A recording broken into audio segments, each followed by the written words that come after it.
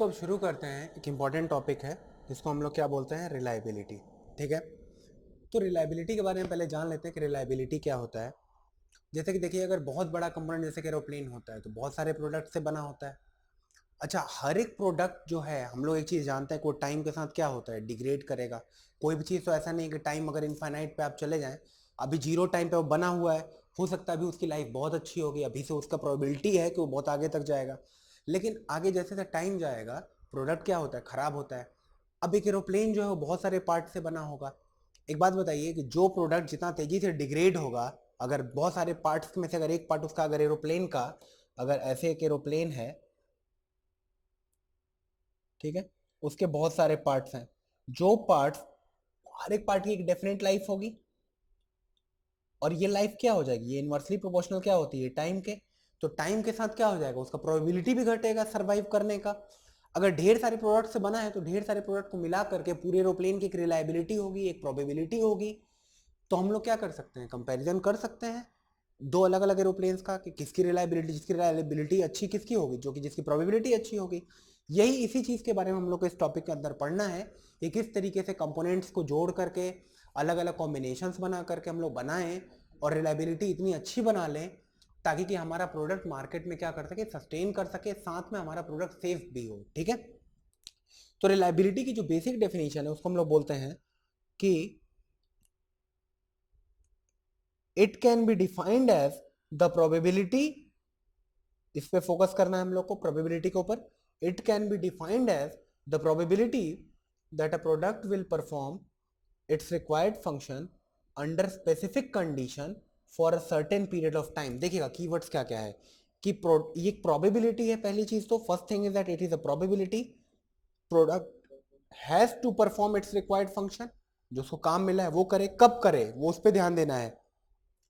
Under specific condition, कहने का मतलब है कि अगर आपने जैसे कि अगर पेन बनाया है और पेन आपने खरीदा है और वो आपके नॉर्मल पेपर पे अच्छा लिख रहा है, लेकिन आपका एग्जाम का पेपर है, अगर उसकी क्वालिटी अच्छी नहीं हुई तो आपका पेन क्या हो सकता है, बेकार हो गया।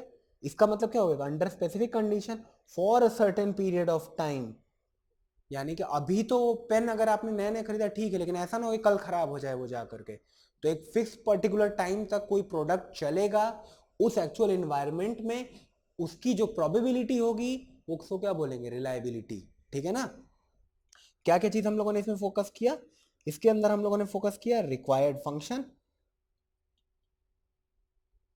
अगली चीज हम लोगों ने क्या फोकस किया, स्पेसिफिक कंडीशन। और जो नेक्स्ट चीज हम लोगों ने क्या किया, टाइम के बारे में बात की। ये तीन चीजों को अगर मिला देंगे हम लोग की रिलायबिलिटी आ जाएगी। ठीक है, अब देखिए रिलायबिलिटी को हम लोग लिखते हैं, reliability is given as R is equal to function of time, where T is equal to, ये जो टी लिखा हुआ है ये क्या है, टाइम है। तो रिलायबिलिटी जो है किसी प्रोडक्ट की, वो टाइम का फंक्शन होती है। ठीक है ना। कोई भी प्रोडक्ट जैसे कि नया है, when a product is new, तो क्या है, time T is equal to zero है। उस प्रोडक्ट की जो रिलायबिलिटी होगी वो कितनी हो जाएगी, 100% रहेगी, कि बिल्कुल नया प्रोडक्ट है, अभी यूज नहीं हुआ है, काफी अच्छा प्रोडक्ट है, सारी टेस्टिंग उसकी हो चुकी है, तो प्रोडक्ट की 100% रिलायबिलिटी है। अब जैसे जैसे टाइम अगर पास करता जाएगा, हम लोग टाइम इनफाइनाइट टाइम पे चले जाएंगे, यानी कि 10 साल की बात करें तो कोई भी मशीनरी खराब होती है।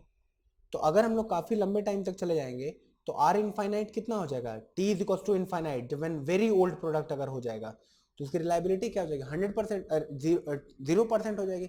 फॉर एग्जाम्पल, अगर नया नया कोई एयरक्राफ्ट है और कोई एयरक्राफ्ट अगर बहुत पुराना है, तो जो बहुत पुराना एयरक्राफ्ट होगा उसमें क्या प्रॉब्लम आएगी, जो बहुत पुराना एयरक्राफ्ट होगा उसकी क्वालिटी जो होगी वो डिग्रेड कर जाएगी।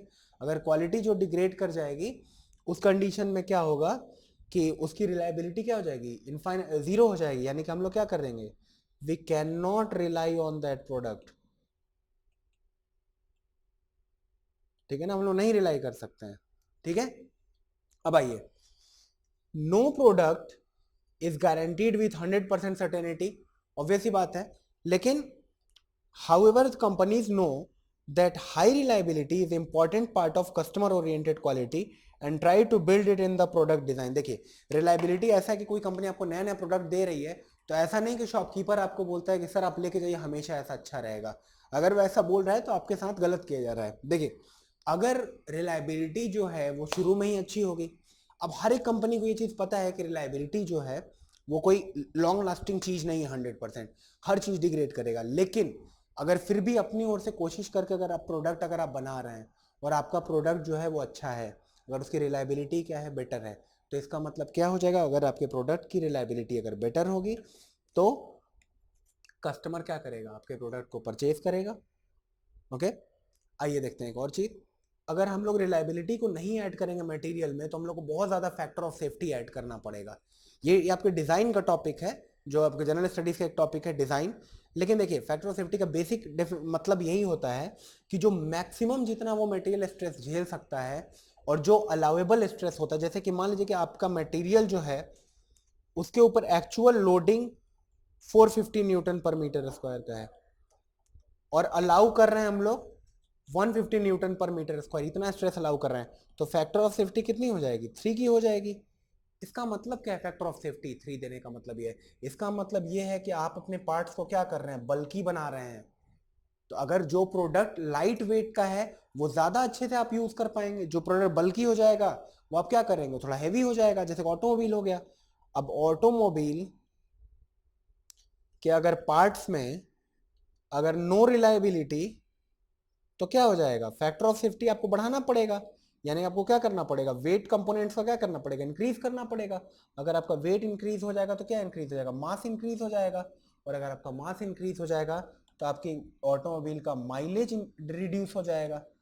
अगर आपके बॉडी का माइलेज रिड्यूस हो जाएगा, इसका मतलब क्या है कि उस व्हीकल का कॉस्ट मार्केट के अंदर रिड्यूस हो जाएगा, उसका परचेज रिड्यूस हो जाएगा, और आप क्या बोलेंगे, क्वालिटी जो हो जाएगी उस प्रोडक्ट की क्या हो गई, वेस्ट हो गई। तो कहने का मतलब ये है कि वो प्रोडक्ट का कोई विशेष यूज जो इंपॉर्टेंट यूज है हम लोग नहीं कर पाएंगे, है ना। इसीलिए फैक्टर ऑफ सेफ्टी जो कॉन्सेप्ट है वो एक ओल्ड कॉन्सेप्ट है, और जो रिलायबिलिटी है वो एक न्यूअर कॉन्सेप्ट है। हमने पढ़ा था ना कि 1950 के जस्ट पहले वाले टाइम पे क्या हुआ था, इसको स्टार्ट हुआ था। हुआ क्या था कि यूनाइटेड नेशंस जो सेकंड वर्ल्ड वॉर में, यूनाइटेड स्टेट्स के सेकंड वर्ल्ड वॉर के टाइम पे क्या हुआ था कि वो लोग जो प्रोडक्ट यूज कर रहे थे उसमें इलेक्ट्रॉनिक्स का नया नया टाइम आया था। अब उस टाइम पे इलेक्ट्रॉनिक्स के प्रोडक्ट उतने अच्छे डेवलप नहीं हो पाए थे, तो उनकी रिलायबिलिटी को, उनकी लाइफ को शो करने के लिए रिलायबिलिटी पे स्टडी होने लगे। ठीक है, अब आइए देखते हैं थोड़ा सा और इसकी डिटेलिंग के ऊपर आते हैं कि प्रोडक्ट सिस्टम क्या होता है। तो देखिए एक प्रोडक्ट सिस्टम का मतलब ये होता है कि एक प्रोडक्ट जो होगा वो क्या होगा, वो ढेर सारे कंपोनेंट से मिला होगा, C1 C2 C3 C4। ठीक है, any product is made of complex arrangement of component C1 C2 C4 Cn dot dot dot. ठीक है, अब देखिए यहाँ पे क्या क्या है, मैंने यहाँ पे एक प्रोडक्ट सिस्टम बना के आपको दिखाया है इस डायग्राम के अंदर। ये अलग अलग कंपोनेंट है, 1 2 3 4 5, C1 C2 C4 dot dot dot Cn तक क्या है, ये सारे के सारे एक एक कंपोनेंट्स हैं जो आपको हॉरिजॉन्टल बार्स में दिखाई दे रहे हैं। जो हॉरिजॉन्टल बार्स हैं वो सीरीज में अरेंज्ड हैं, और जो वर्टिकल बार्स हैं वो क्या है, पैरेलल में अरेंज्ड हैं। तो जो पैरेलल में अरेंज है उनको पैरेलल कनेक्शन बोलेंगे, जो सीरीज में अरेंज है उनको क्या बोलेंगे, सीरीज में अरेंज है। तो इस डायग्राम से हम लोग एक चीज समझ में आ पा रहा है कि जैसे कि C1 था और C2 था, ये क्या हो गया, ये सीरीज कनेक्शन हो गया। और वहीं पे अगर हम लोग देखें पैरेलल का मतलब क्या हुआ, पैरेलल कनेक्शन का मतलब ये हुआ कि जो C3 था और C4 था वो आपस में क्या था, वो पैरेलल में एड अप हुए हैं। ठीक है, अब देखिए अगर सीरीज कनेक्शन सबसे पहला कनेक्शन उसके बारे में हम लोग देखते हैं। C1 C2 C3 1 2 3 4 और इस तरीके से n कंपोनेंट्स हैं, अगर वो सीरीज में ज्वाइंट हैं और उनकी रिलायबिलिटीज जो हैं वो R1 R2 R3 dot dot dot Rn से अगर हम लोग रिप्रेजेंट करते हैं, तो जो कंबाइंड रिलायबिलिटी होती है सिस्टम की वो क्या हो जाती है, हर एक कंपोनेंट की रिलायबिलिटी को हम लोग मल्टीप्लाई कर देते हैं। क्यों, क्योंकि सीरीज में ऐड अप है। एक बात बताइए, अगर एक कंपोनेंट और एक कंपोनेंट सीरीज में ऐड है तो टोटल प्रोडक्ट जो बनेगा उससे कैसे बनेगा, डेफिनेटली जो प्रोडक्ट की रिलायबिलिटी होगी कॉमन प्रोडक्ट की, वो तो प्रोडक्ट 1 और प्रोडक्ट 2 दोनों की रिलायबिलिटी पे डिपेंड करेगी। तो सिमिलरली इस टाइप के केसेस में हम लोग क्या करते हैं कि जो रिलायबिलिटी ऑफ सिस्टम आता है वो सबकी रिलायबिलिटी को हम लोग क्या करते हैं, इंडिविजुअल रिलायबिलिटीज को आपस में मल्टीप्लाई कर देते हैं, starting from R1 R2 R3 R4 up to Rn। अब एग्जांपल समझ लेते हैं, जैसे कि दो कंपोनेंट्स हैं, एक की रिलायबिलिटी है R1, एक की रिलायबिलिटी है R2, और दोनों क्या है, सीरीज में कनेक्टेड है। इसकी 0.8 है और इसकी 0.7 है। अब पूछ रहा है कि सिस्टम की रिलायबिलिटी कितनी होगी। तो हम लोगों ने पढ़ा है कि reliability of a system is R1 into R2।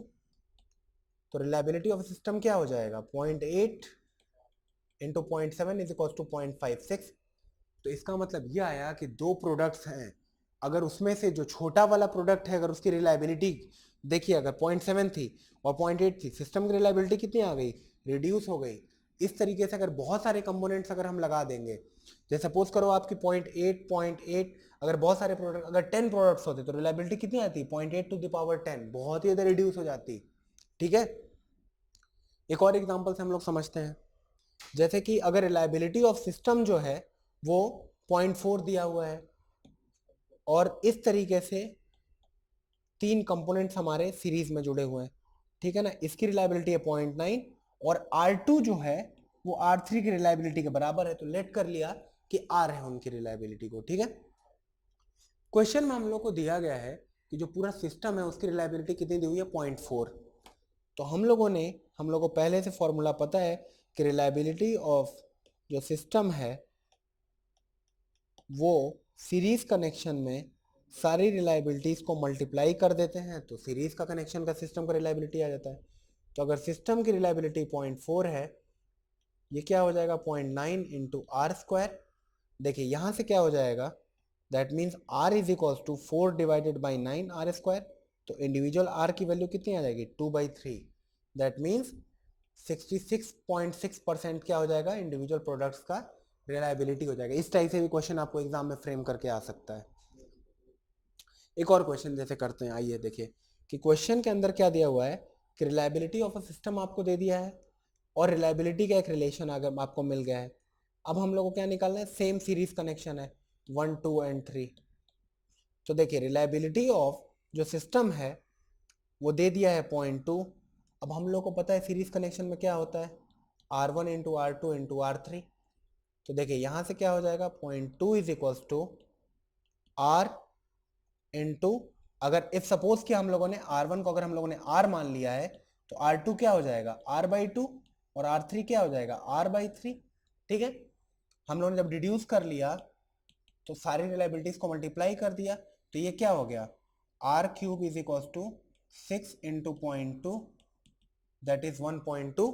अब हम लोग जब इसका क्यूब रूट निकालेंगे तो हम लोग को वैल्यूज निकल जाएगा। May be this data is not correct, क्योंकि डेटा के अंदर हो सकता है कि चेंज हो, ये रिलेशन ना फॉलो कर पा रहा हो, लेकिन अगर हम लोग रिलायबिलिटीज की निकाल पाए समहाउ, तो इस तरीके से हम लोग क्या कर पाएंगे, रिलायबिलिटी को इंड्यूस कर पाएंगे। फॉर एग्जाम्पल देखिए जैसे इस क्वेश्चन में क्योंकि ये 1.2 आ रहा था, बट अगर हम लोग इसको 0.1 मान के कर लेते हैं, अगर सपोज करिए 0.1 होता तो उस कंडीशन में क्या हो जाता, उस कंडीशन में ये भी वैल्यू 0.1 होता, ये भी वैल्यू 0.1 होता, ये भी वैल्यू 0.1 होता। अब ये वैल्यू कितना आ जाता, देखिए अगर ये वैल्यू 0.1 होता, ये वैल्यू 0.1 होता, तो ये वैल्यू कितना हो जाता 0.6।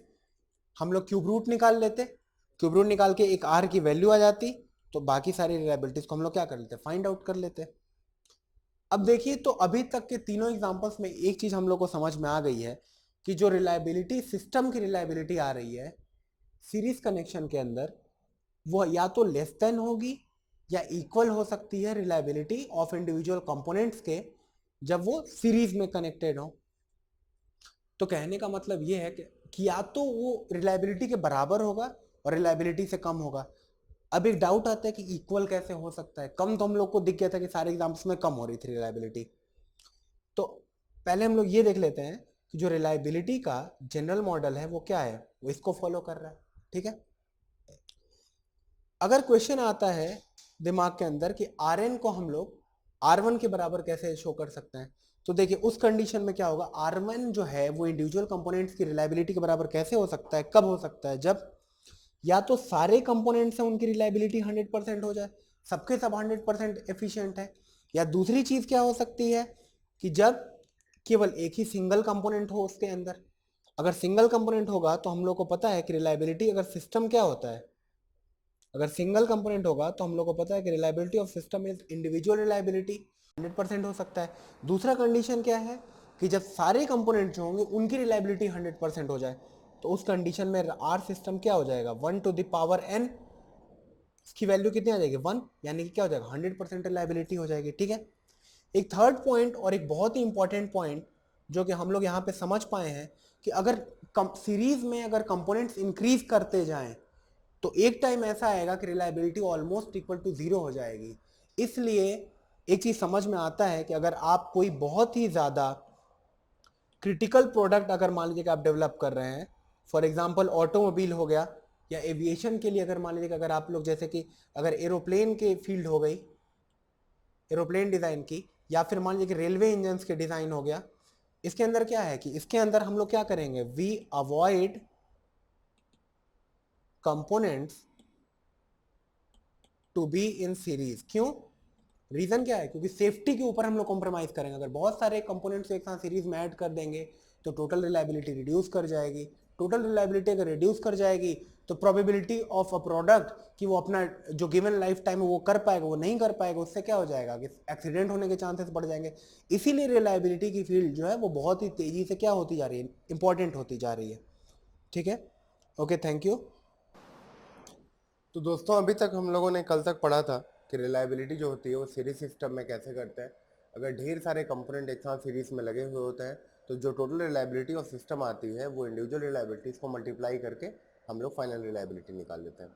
एक और चीज़ जो हम लोग जान पाए हैं अभी तक कि जो टोटल रिलायबिलिटी आती है सीरीज सिस्टम के अंदर वो इंडिविजुअल रिलायबिलिटीज़ का एक सिंपल मल्टीप्लिकेशन होता है। अच्छा, एक और चीज़ है कि जो फाइनल रिलायबिलिटी आती है वो इंडिविजुअल रिलायबिलिटी से हमेशा कम आएगी। इक्वल कब आएगी उसका हम लोगों ने कंटेक्स्ट पढ़ लिया था।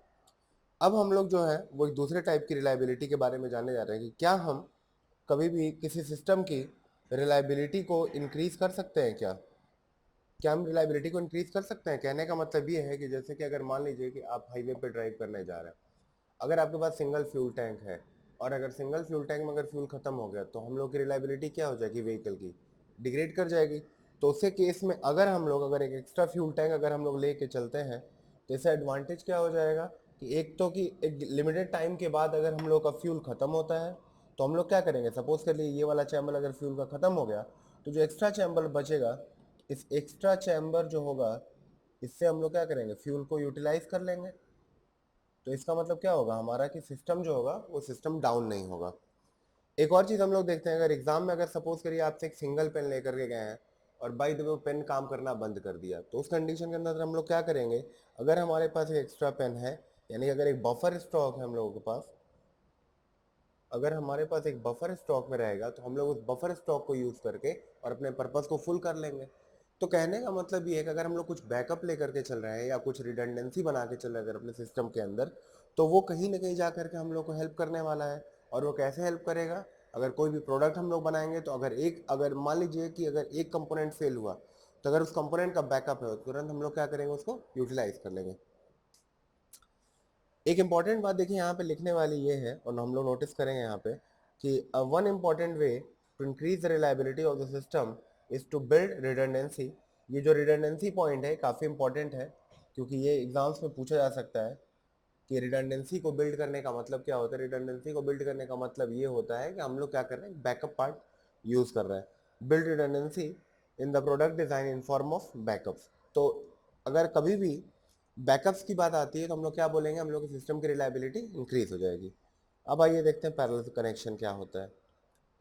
तो दोस्तों पैरेलल सीरीज कनेक्शन के अंदर हम लोगों ने पढ़ा था, जैसे कि यहाँ पे अगर ये पैरेलल कनेक्शन होता है तो जैसे कि अगर हम लोग यहाँ पे देखेंगे कि यहाँ पर दो कंपोनेंट है किसी प्रोडक्ट डिज़ाइन के अंदर, यहाँ पर दो कंपोनेंट्स दिए हुए हैं, एक आपका मेन कंपोनेंट है और एक आपका बैकअप कंपोनेंट है। अगर सपोज कर लीजिए कि मेन कंपोनेंट जो है, अगर ये मेन कंपोनेंट है अगर ये फेल हो जाए तो उस कंडीशन हम लोग क्या करेंगे, अपने बैकअप कंपोनेंट को यूज़ करके और अपना पर्पस फुलफिल कर लेंगे। अच्छा दोस्तों एक बात देखिए, अगर दो कंपोनेंट पैरेलल में होते हैं तो उनका जो टोटल रिलायबिलिटी जो प्रोडक्ट सिस्टम का आता है वो आता है वन माइनस में R1 into one minus R2। ये लिखने का तरीका है। तो इसको अगर हम लोग थोड़ा बहुत सॉल्व करेंगे तो ये आ जाएगा वन माइनस वन प्लस ये आ जाएगा one plus R1 R2 minus R two, ये फाइनल सॉल्व आउट होकर के R S is to R1 plus R2 minus R1 R2 के फॉर्म में आ जाएगा। ठीक है, अब एक बेसिक सा एग्जांपल देखिए, जैसे कि दो कंपोनेंट जो हैं आपस में पैरेलल में लगे हुए हैं।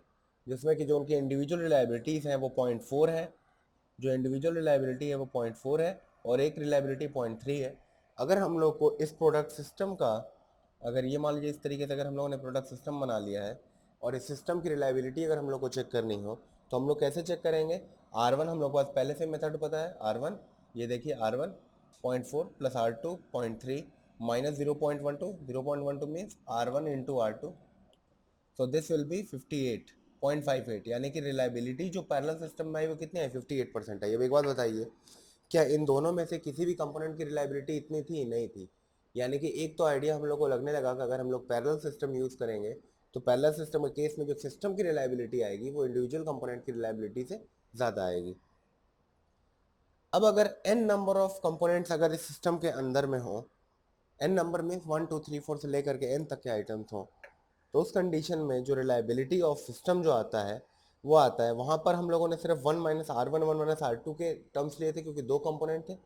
अगर n कंपोनेंट अगर आ जाते हैं सिस्टम के अंदर तो 1 minus R3 1 minus R4 up to 1 minus Rn, ये एक स्टैंडर्ड प्रोसीजर है जिससे कि हम लोग n नंबर ऑफ कंपोनेंट्स अगर पैरेलल में जुड़े हुए हों तो पूरे सिस्टम की हम लोग रिलायबिलिटी को कैलकुलेट करते हैं। अब कुछ इंपॉर्टेंट बातों पे गौर कर लेते हैं। पहली चीज़ ये है कि the reliability of the system is always greater than or equals to reliability of individual component. थोड़ी देर पहले अगर हम लोगों ने देखा कि अगर एक की रिलायबिलिटी 0.4 थी, सेकंड की रिलायबिलिटी 0.3 थी, तो सिस्टम की रिलायबिलिटी कितनी आ रही थी? 0.58। ऐसा क्यों हो रहा था? ऐसा इसलिए हो रहा था क्योंकि हम लोग क्या कर रहे थे? बैकअप्स बना के चल रहे थे। अगर हमारे पास बैकअप्स रहेगा तो हम लोग क्या करेंगे? हमारी रिलायबिलिटी सिस्टम की ज़्यादा हो जाएगी। तो इस कंडीशन में जो सिस्टम की रिलायबिलिटी आती है वो इंडिविजुअल कंपोनेंट की रिलायबिलिटी से ज़्यादा हो सकती है। अगर n आइटम्स हैं तो हो सकता है, देखिए जैसे कि अगर यहाँ पर क्यों ये इक्वल्स लिखा हुआ है, क्योंकि हो सकता है पैरेलल में बहुत सारे एलिमेंट्स हों जिनकी रिलायबिलिटी क्या हो, आपस में इस तरीके से एडअप होकर के आए कि एक एलिमेंट कोई ऐसा हो जिसकी रिलायबिलिटी सिस्टम की रिलायबिलिटी के बराबर हो, इसलिए हम लोगों ने इक्वल्स टू का साइन दिया हुआ है।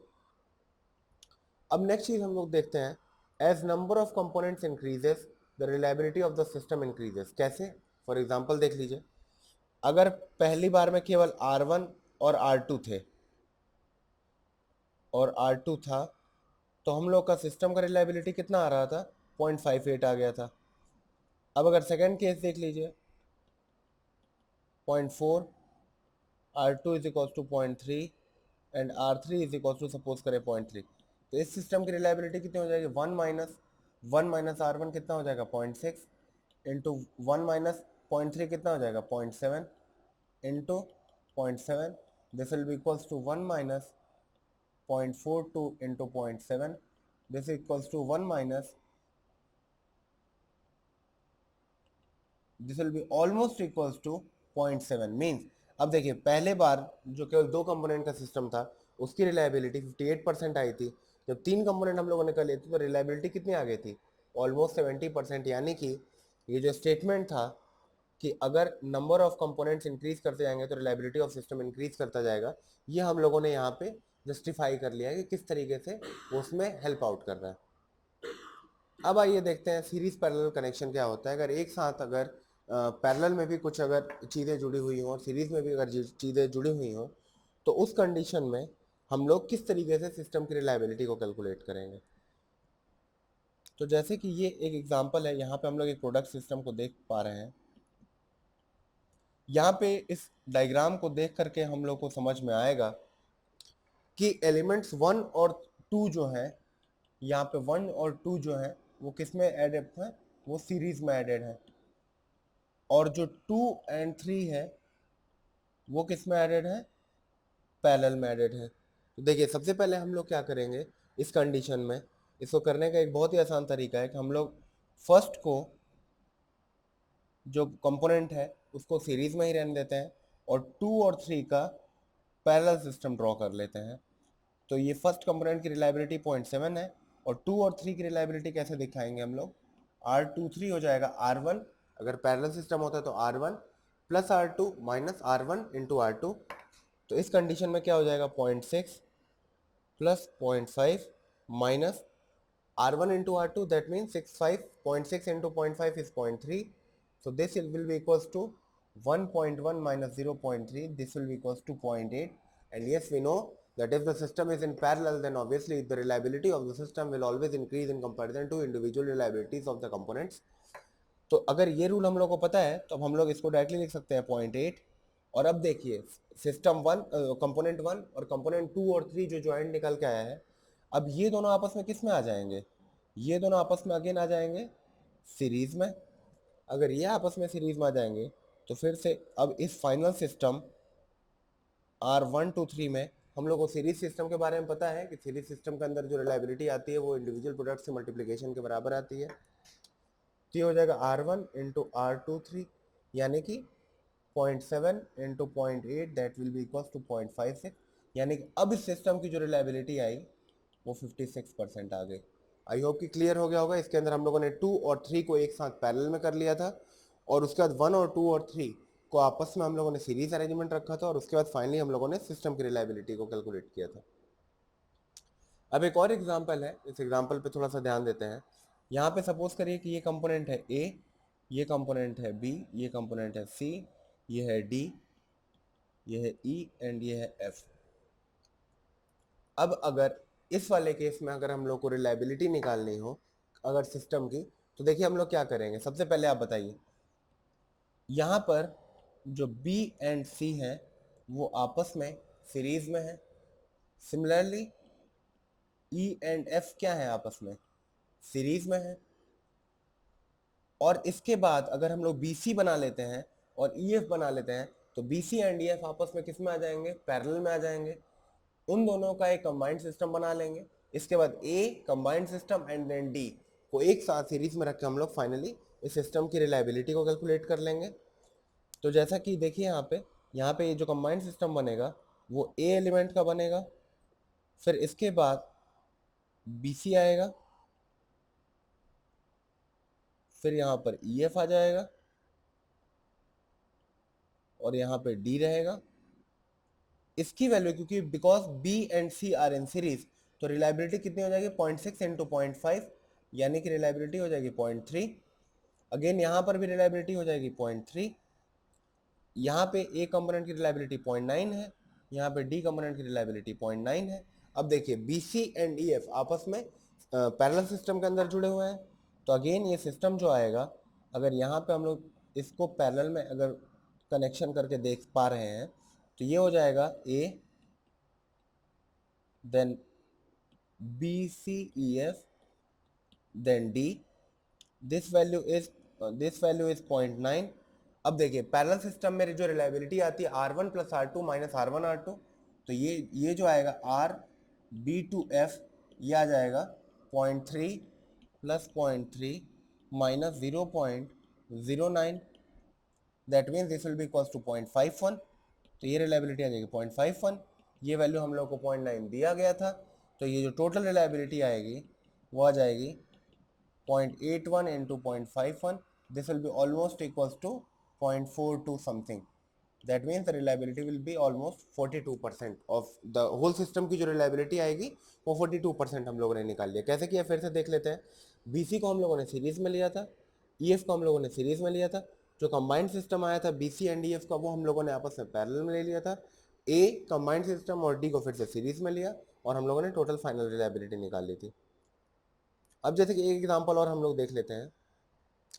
इसमें इस डायग्राम के अंदर या इस फिगर के अंदर हम लोग ये देख रहे हैं कि यहाँ पर ये टोटली सीरीज में है, ये सीरीज में है. अब बात आती है, देखिए यहाँ पे ये पैरेलल है और ये पैरेलल है. तो हम लोग इसको कैसे सॉल्व करेंगे? इसको सॉल्व करने का एक बहुत ही बेसिक प्रोसीजर है. हम लोग यहाँ से यहाँ तक को ले लेंगे हम लोग पैरेलल में. उसके बाद एक कंबाइंड सीरीज आ जाएगी, फिर इन दोनों सीरीज को आपस में पैरेलल में मल्टीप्लाई कर लेंगे. Okay, thank you.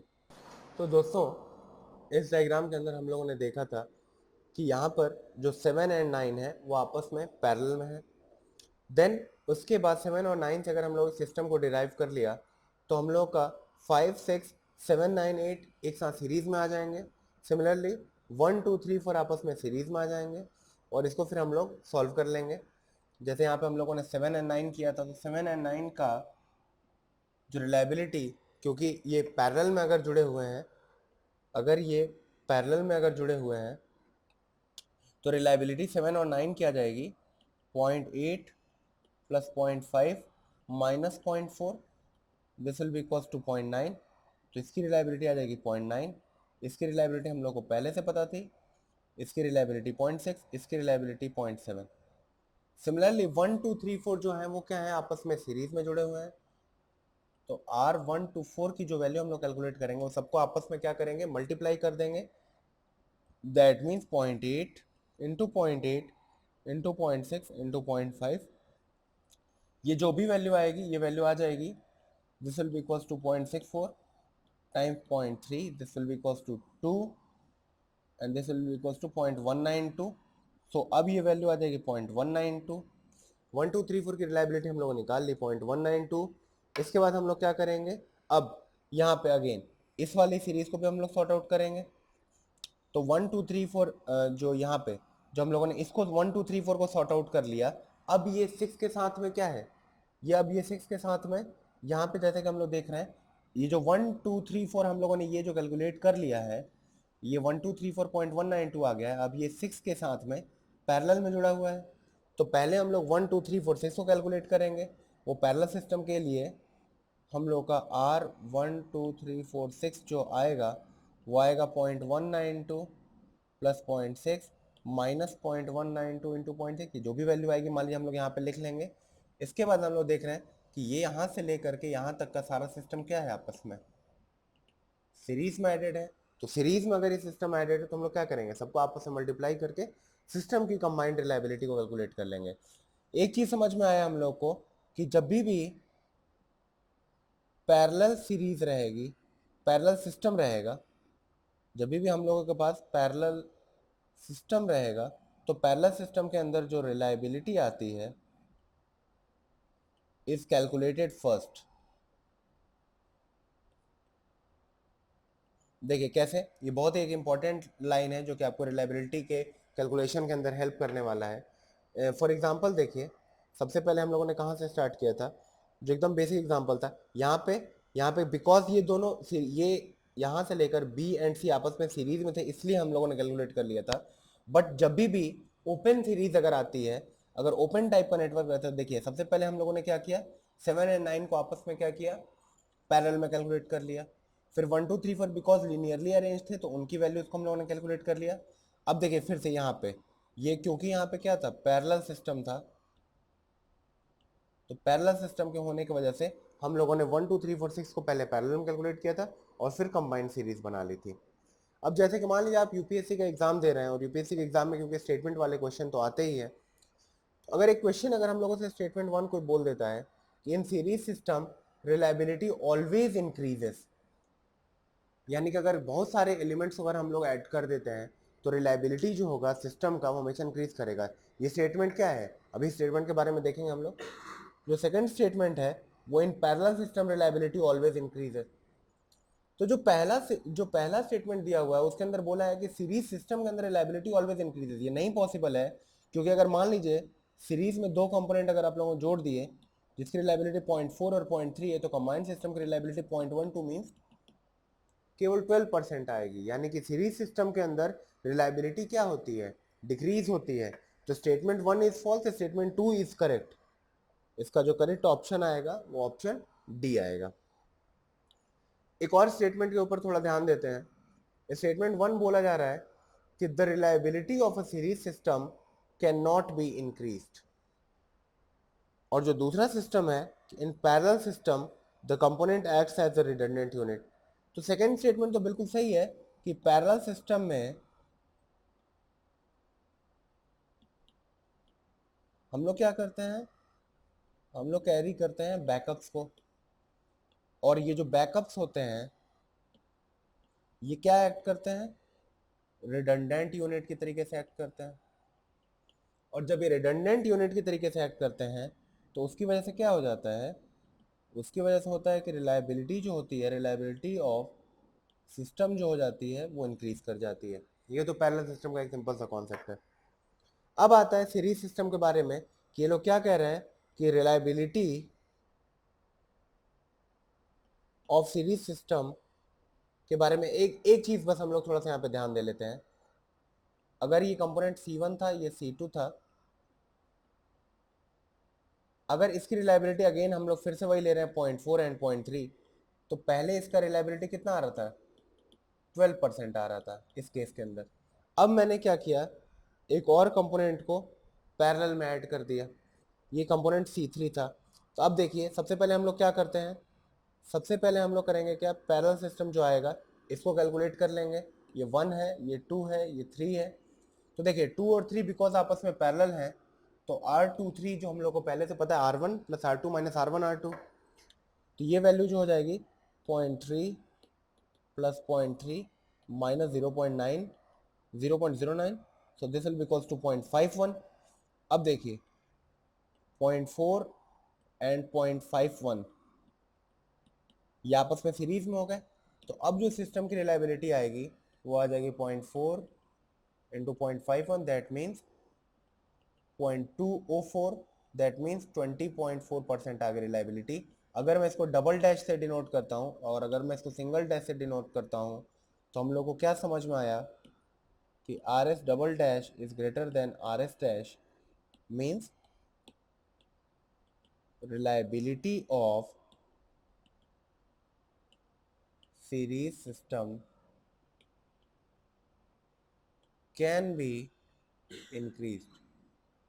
फिर से स्टेटमेंट के पास आते हैं, तो स्टेटमेंट में जो पहला स्टेटमेंट था उसमें दिया हुआ था कैंट बी इंक्रीज, तो ये स्टेटमेंट फॉल्स स्टेटमेंट है और ये स्टेटमेंट करेक्ट है, तो इसका करेक्ट आंसर जो हो जाएगा डी पार्ट हो जाएगा। Thank you.